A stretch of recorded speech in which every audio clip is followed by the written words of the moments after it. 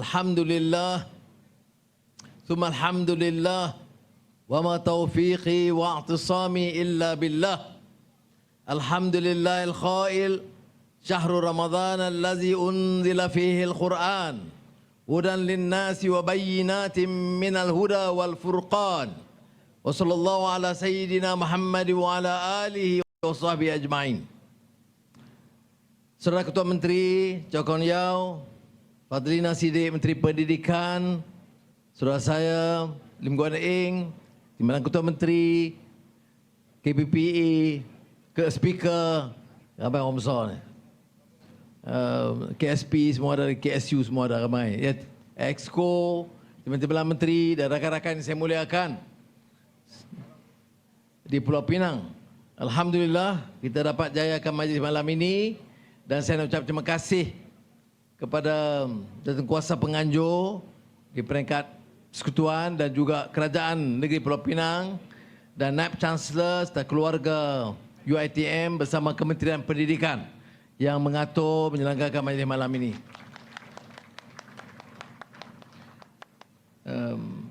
Saya datang ini dalam kunjungan dan lautan kerja selain daripada menjantuni masa Ramadan dan solat Jumaat, saya sempat dengan Ketua Menteri dan Exco bersama pegawai kanan kerajaan meneliti projek-projek utama di negeri Pulau Pinang. Pulau Pinang seperti kita tahu berkembang maju lebih awal daripada kebanyakan negara lain, negeri lain di Malaysia. Tetapi dalam tahun-tahun kebelakangan ini nampak ditinggalkan sedikit. Projek telah tidak diluluskan. Jadi sebab itu sejak saya ambil alih, patut kita berikan tumpuan semula dan beberapa projek mendesak kita berikan perhatian. Dan ikut urutan keutamaan saya, dia fiqh aulawiyat saya, range of priorities. Pertama saya tengok ialah membasmi kemiskinan tegar. Kita pacu pertumbuhan yang bergaya di Pulau Pinang. Saya bersama-sama Ketua Menteri dan rakan-rakan dapat membuka peluang kawasan perindustrian Batu Kawan 3 kerana sambutan sangat baik. Jadi dari segi itu kita harus berikan pujian kerana bukan saja kelulusan, tetapi dari segi tahap pelaksanaan projek yang diluluskan, Pulau Pinang masih catat nombor 1 di Malaysia ini. Tapi saya kata ikut urutan keutamaan, dari senarai, dari Datuk Azman, Ketua Pengarah ICU tadi, ada 150-an masih di bawah kemiskinan tegar. Ya, dan ini boleh kita selesaikan dan saya katakan dalam tempoh dekat, kalau boleh 1 Mei, Pulau Pinang akan mendapat menoktahkan kemiskinan tegar. 1 bulan Mei tahun ini insya-Allah. Kalau tidak, Datuk Azman kita hantar balik ke Pulau Pinang. Baik, jadi alhamdulillah. Keduanya saya sebut projek-projek yang menyentuh kepentingan rakyat secara langsung. Bila saya jaga Kuala Lumpur tahun lalu, saya kata selain dari kemiskinan tegar ialah projek-projek gerai, restoran kecil, kompleks perniagaan kecil. Ini yang menyantuni 70%, 80% rakyat kita. Tapi kalau kita lihat di Kuala Lumpur, gerai dan restorannya daif. Kadang-kadang tak sesuai. Tetapi tidak kurang dipedulikan kerana yang menjadi penghuninya adalah orang-orang kelas bawahan. Sebab itu, pada tahun ini saja hampir 90 gerai selama ini dibangunkan semula, dipulih, diindahkan, ada tempat kebersihan, bekalan air dan sebagainya. Dan saya ucap terima kasih kerana di Pulau Pinang sudah ada permulaan dan saya telah menggesa Pulau Pinang dengan KPKT, dengan ICU, Kementerian Ekonomi, Perbendaharaan akan cuba berikan tekanan ini supaya tidak ada masyarakat negara yang tersisih. Dan itu keutamaan kedua kita. Kemudian kita bincang juga soal perumahan. Kerana kita tahu tuntutan peluang penghuni itu meningkat besar. tanah sekian tinggi harganya. Dan kita ada batas keupayaan negeri. Tapi harus ada juga cara-cara dan kaedah-kaedah kita perkenalkan untuk syaratkan. Saya katakan menjadi Kuala Lumpur begitu juga. Tanah kerajaan tak banyak. Projek-projek perumahan mendesak. Projek-projek komersial mendesak. Jadi tiap projek komersial dan perumahan yang diluluskan, kita letakkan syarat. Kita beri sedikit kelonggaran. Kadang-kadang kita terlalu tertekan dengan orang-orang atasan yang tak mau rumah jenis begitu begini. Padahal dia tak tahu kalau kita tak berikan sedikit kelonggaran kepada pemaju, dia tak akan bina bangunan rumah mampu milik dan rumah rakyat. Dia tak akan sediakan tapak permainan dan kawasan hijau. Maka kalau syarat hijau, tapak permainan, tapak lapang disediakan, perumahan rakyat disegerakan, kita kena berilah umpamanya cross subsidi supaya ada keuntungan bagi pihak pemaju dan ada keuntungan bagi pihak rakyat yang memerlukan rumah. Itu yang kita lakukan dan saya tengok 5-6 projek di Kuala Lumpur nampak berhasil kerana puluhan ribu unit rumah baru yang 70,000 untuk yang dapat diluluskan kerana pendekatan sedemikian. Tidak ada pilihan, saudara. Ya. Jadi selain itu ada projek yang mendesak. Di Pulau Pinang, maklumlah bila saya pergi, Ketua Menteri dah ada pakat siap-siap. Dia bawa usul berpuluh-puluh. Kalau boleh saya bawa bilion-bilion ringgit luluskan. Tapi kita tahu kita warisi kerajaan ini. Guan A lebih tahu, dia Menteri Keuangan dulu, bahawa kita warisi hutang yang besar. Setengah orang duduk bercakap, saya tengok kadang-kadang pembangkang duduk jerit sana sini, seolah-olah tak ada apa-apa. Dia serah kita kerajaan dengan wangnya semua sekali. Dia serah, bukan dia serah, dia terpaksa serahkan kerajaan dengan hutang 1.5 trilion ringgit. Defisit 5.6%. Jadi kita tak boleh belanja sewenang-wenang. Boleh bagi kalau apa yang orang nak. Dan dia kata, sekarang ini harga barang semua mahal. Harga masa dia telur banyak, ayam murah. Masa dia minyak mentah, minyak makan murah. Ini semua temberang kosong. Ya. Guna politik tak apa, cakaplah benar. Minyak kamu dulu 45-50 ringgit. Telur kadang-kadang tidak ada. Ayam kalau musim ini melambung naik. Sekarang alhamdulillah saya pergi pasar ini 2. Harga ayam tak naik sebelum hari raya. Ya. Ini kerana apa? Ketegasan kita. Kita kawal. Kita tak tunduk kepada kartel. Ini bercakap berdegar-degar soal Islam, soal Melayu. Tapi kamu takut kepada kartel. Kamu biar rasuah bermaharajalela. Kamu guna projek-projek Bumi Putra, kamu bagi orang sakau. Nama Bumi Putra, kamu bagi juga kepada bukan Bumi Putra. Saya tak ada masalah nak bagi bukan Bumi Putra. Tapi buat apa umum syarikat itu Bumi Putra? Kemudian kamu bagi kepada bukan Bumi Putra. Jadi orang Cina marah sebab syarikat itu bagi kat Bumi Putra. Orang Melayu marah kerana nama syarikat Bumi Putra bagi kepada orang Cina. Ini penipuan ini tidak boleh diteruskan. Saya nampak lantang sikit hari ini kerana ini berkawasan Tampau kan.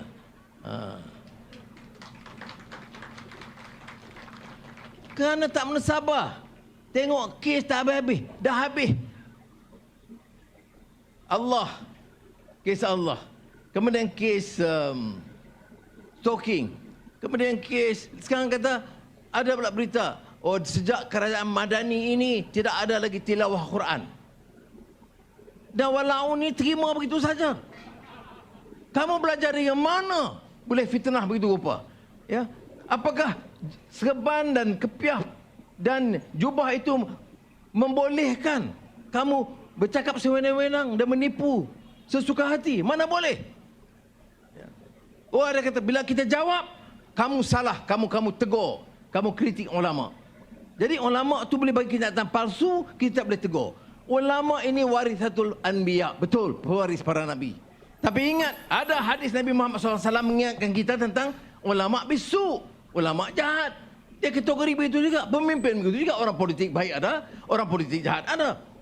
Kita harus dampingi ulama, betul. Datuk Wan Salim minta maaf mufti dalam sini, saya tak ingat.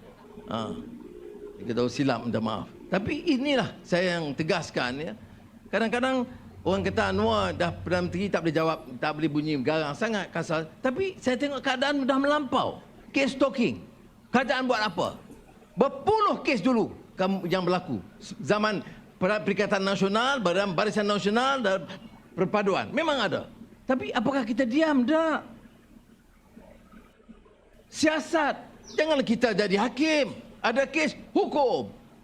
Ambil tindakan. Tak ada kes, siasat. Lepas siasat, bagi kepada peguam negara. Ada bukti, dakwa. Lepas tu bawa ke mahkamah. Ada fakta, betul sahih, hukum. Yang hukum bukan Perdana Menteri, yang hukum itu hakim. Yang dakwa, peguam negara. Yang siasat, polis. Yang itu pun tak faham nak perintah macam mana. Ini prinsipnya. Apa kes stalking tak siasat? Kita siasat. Tak dakwa, dakwa. Kemudian, Tuanku Agong titah menghadap. Dia minta ampun. Tuanku Agong bagi 2 nasihat. 1, jangan ulang. Ya. Walaupun dia katakan dia tidak sengajakan, dia tidak tahu. Tapi kena jaga. Ini negara Malaysia. Kita jangan hina mana-mana agama.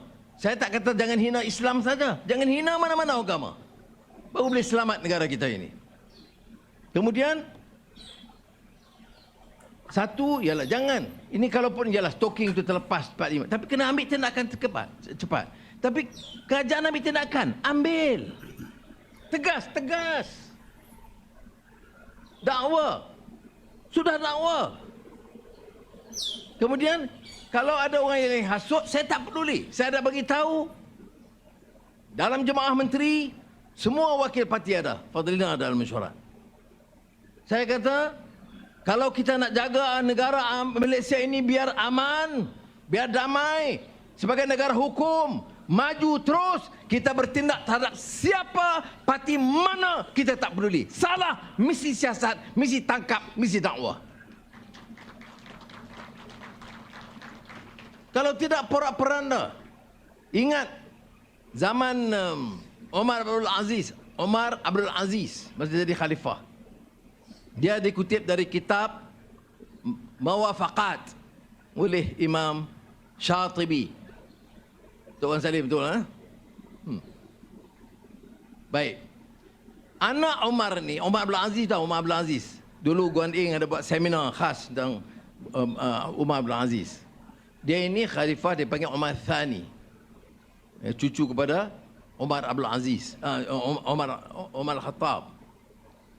Seorang yang baik, yang warak, yang tadbir dengan baik, yang benci kepada rasuah dan penyalahgunaan kuasa, yang tidak mahu pemimpin itu melimpah randah kekayaan dia.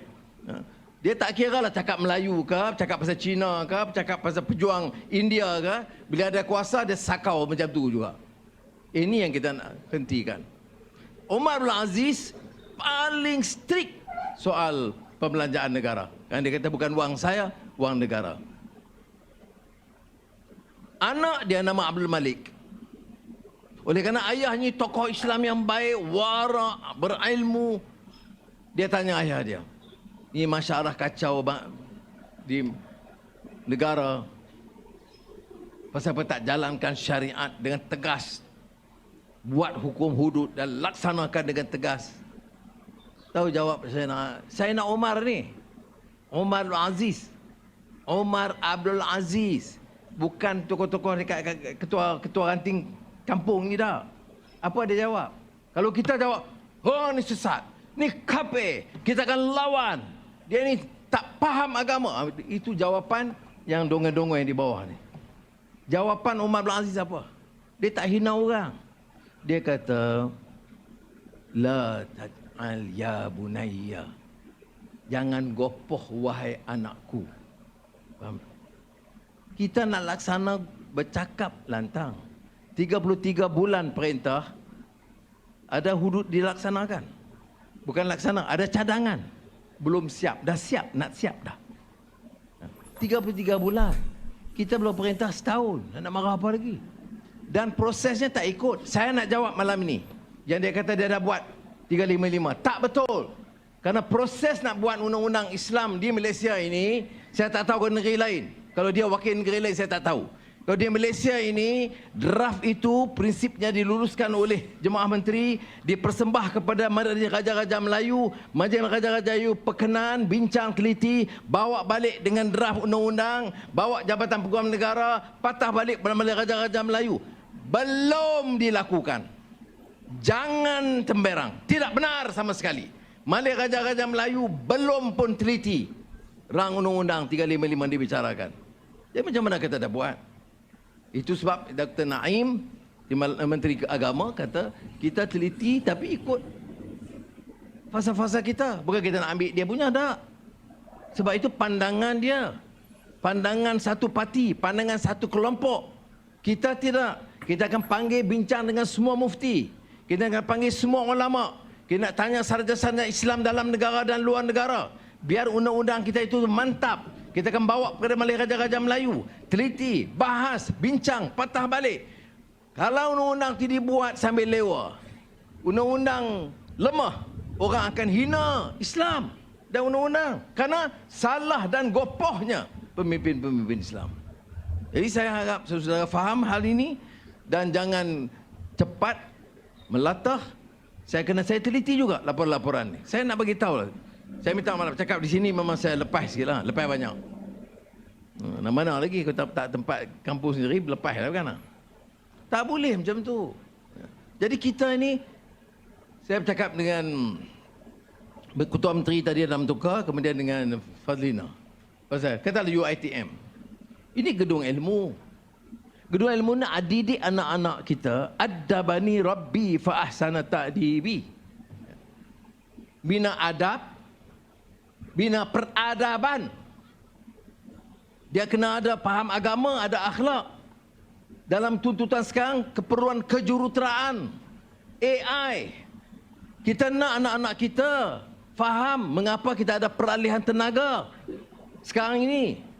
Daripada coal dulunya, batu arang, kepada renewable energy, green hydrogen. Ini tuntutan negara kita nak selamatkan negara kita masa depan. Kemudian digital, transformasi digital, perlu AI. Ini tak ada perbincangan ini. Pergi serang saja, tak pernah apa pun kita buat yang betul. Harga barang, apa? Saya pernah kata saya tidak jadikan masalah harga barang. Malah saya telah arah menteri-menteri turun tinjau. Tapi tak betul kalau kata kita tak buat apa. Saya tak ambil gaji. Saya tak ambil kontrak. Tender. Semua saya cakap tak ada. Pembimbing kamu macam-macam ada. Jana Wibawa, projek, Spenko. Semua kalangan kamu. Berbilion-bilion ringgit. Bercakap boleh kita jerit Allahu Akbar. Tapi sakau-sakau juga. Saya nak terangkan di sini, hal-hal ini mesti dihentikan. Apa kan mengenai rasuah dengan kita? Sekarang ini nak naik allowance tambahan. Saya dah bagi RM2,000 kepada pejabat awam. Jadi sepatutnya cukuplah sampai raya. Tapi saya dengar, bukan saya dengar KPPA atau KSP. Saya dengar yang tukang jaga lift. Macam mana? Alhamdulillah dah tu bagus. Tapi macam mana? Duit yang RM2,000 tu, itu budak-budak pergi sekolah ni pergi baju dah habis tu. Hai, macam mana belanja dah tu? Budak-budak sekolah ada anak 6. Jumpa lagi, tanya lagi kawan pemandu. Tanya sana, semua duk mengeluh. Jadi saya pun cakap macam mana? Saya dah buat keputusan RM2,000 saja. Kerana kerajaan dia tak mampu belanja lebih daripada itu. Tapi bila kita dengar keluhan ni tak sampai hati sungguh. Ya. Bahawa orang di peringkat bawah ni dia rasa susah. Dan raya macam mana pun nak gelar baju baru sikit takut anak-anak tu. Nak pergi makan lebih sikit, ketupat lebih sikit, jangan lebih banyak. Baik, lepas tu itulah yang menyebabkan saya bincang semula dengan KSP. Dan fikir, ni esok nak umum, malam tu baru kita buat keputusan muktamad. Ya. Bagi RM500 kepada semua penjawat awam. Bukan itu saja, pencen. Dan veteran pencen kita bagi. Veteran yang tak berpencen pun kita bagi. Ni, orang yang daripada Kedah cakap bela nasib rakyat, bela nasib rakyat. Masa kamu perintah pasal apa kamu tak bagi? Harga padi kita naikkan. Bagi pekebun getah kita tambah. Ya. Gaji ni akhir tahun ini insya-Allah. Perasaan gaji KPP ada di sini. Kita teliti, kita tahu duit tak ada. Tapi yalah, negara ni wang tak ada, bukan salah orang kampung. Bukan salah pekerja. Salahnya salah pengurusan kerajaan, pimpinan. Terutama yang sakau. Saya tak boleh kalau kena salah dia, Sementara nak betulkan salah mereka, kita bebankan orang bawah. Maka saya kata macam mana pun kita kena cari jalan naikkan gaji penjawat awam sebelum akhir tahun ini. Baik. Tuan-tuan tepuk. Betul. Pasal apa tak naik 2020? Pasal tak naik 2021? Pasal apa tak naik 2022? Pasal nak tunggu kita juga naik. Tolong ingat, jangan lupa. Sebab kita dengar orang ramai, keluhan orang ramai. Dan Alhamdulillah, dalam Pakatan Harapan, UMNO Barisan Nasional, GPS, GRS ni, kita ada kesepakatan, hal ini semua kita sepakat. Tak ada masalah. Jadi insya-Allah berita baik ini akan kita umumkan dalam beberapa bulan akan datang, selewat-lewatnya bulan belanjawan negara tahun ini. Jadi masa belanjawan terdengar daripada mula sampai habis. Sebab saya tak beritahu bila saya nak umum. Baik. Jadi saya minta maaf jangan salah faham. Saya nak sebut ini kerana kita nak Islam, saudara. Betul. Tak ada mana. Macam mana pun kita dunia ni ke mana. Saya umur 76. Tak lama. Saya pun bila tengok tok-tokku, tengok juga kubur mana yang ada kosong. Ya, kita ingat. Bukan kita nak takabur. Kita buat sedaya upaya kita. Tapi saya tengok, kena maki, tak ambil gaji, salah. Tolak kereta, salah. Ambil kereta, agung bagi pun salah. Dia tak ada apa yang betul. Jadi saudara, saya kata, tahun ni tak buat sambutan raya besar-besaran Seri Perdana. Salah.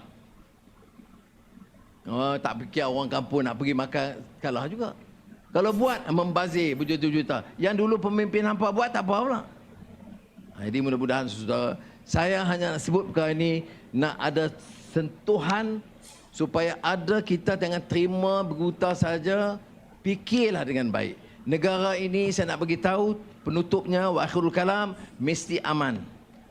Jangan tunduk kepada sikap pelampau, nak kononnya jago agama, masa dia perintah sakau juga, allowance ambil sepenuhnya, tak bagi juga kepada pembangkang. Sekarang ni kita tak bagi zalim. Saya nak bagi tahu apa projek yang kita terluluskan di Permatang Pauh ataupun Bagan ataupun Bukit Mentajam atau Pelabatah yang kawasan mereka menang. Kita bagi. Bezanya apa? Saya tak bagi melalui wakil rakyat. Pasal apa nak bagi melalui wakil rakyat? Saya tak tahu dia belanja macam mana. Saya bagi melalui jentera kita. ICU, pegawai daerah, projek lulus. Saya tak ambil, tak kurangkan. Kelantan, Terengganu, baru ini Menteri Besar duduk depan saya, semua senyum. Sebab saya tambah peruntukan. Tapi saya tak semestinya salur semua melalui kerajaan negeri. Saya salur terus kepada rakyat. Terutama rakyat yang susah di kampung, saya salur terus kepada rakyat. Terima kasih. Wassalamualaikum warahmatullahi wabarakatuh.